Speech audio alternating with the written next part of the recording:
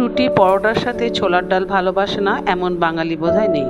তবে আমি আজকে আপনাদের শীতের সবজি দিয়ে কিভাবে ছোলার ডাল বানাবেন সেটা করে দেখাবো। তার জন্য আমি ছোলার ডালটাকে সেদ্ধ করে নিয়েছি প্রেসারে এবং তার সাথে অ্যাড করছি টমেটো আর কড়াইশুঁটি।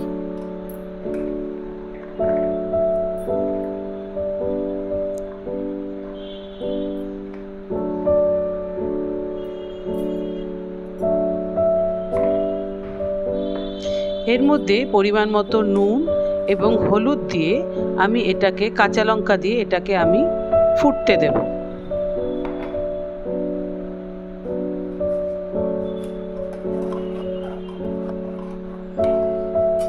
ছোলার ডাল আমাদের সেদ্ধ হয়ে গেছে, আর কিন্তু প্রেসারের ঢাকনাটা লাগাবেন না।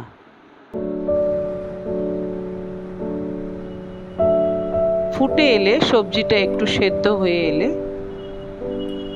এবার দেখি আমরা এর মধ্যে কি ফোড়ন দিচ্ছি। ফোড়নের জন্য কড়াইতে পরিমাণ মতন তেল দিন। যারা আমার ভিডিও দেখেন, আমি কিন্তু রান্নায় বেশি তেল ব্যবহার করি না, কারণ বেশি তেল আমাদের স্বাস্থ্যের পক্ষে ভালো না।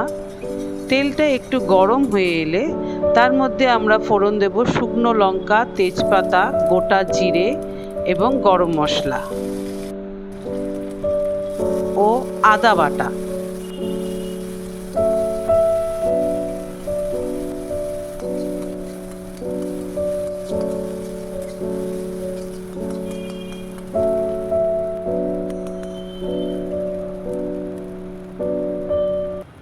সামান্য হিং অ্যাড করুন।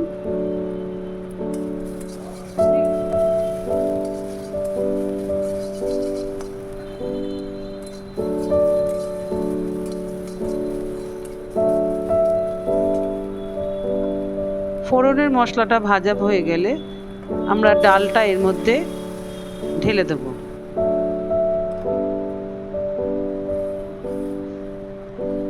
ছোলার ডাল কিন্তু খুব সহজেই বাড়িতে বানিয়ে নেওয়া যায়, এবং ছোলার ডাল যেহেতু একটু মিষ্টি মিষ্টি ভালো লাগে, তাই তার জন্য আমি অ্যাড করছি চিনি। চিনির পরিমাণ আপনারা পছন্দ মতন বাড়িয়ে কমিয়ে নেবেন, এবং এর মধ্যে অ্যাড করতে হবে ভাজা জিরের গুঁড়ো। জিরেটাকে ড্রাই রোস্ট করে গুঁড়ো করে নিলে কিন্তু ভাজা জিরের গুঁড়ো রেডি। এবং অবশ্যই ঘি না দিলে কিন্তু ছোলার ডালের সেই স্বাদ আসবে না। ব্যাস, এই শীতকালে সবজি দিয়ে ছোলার ডাল রেডি।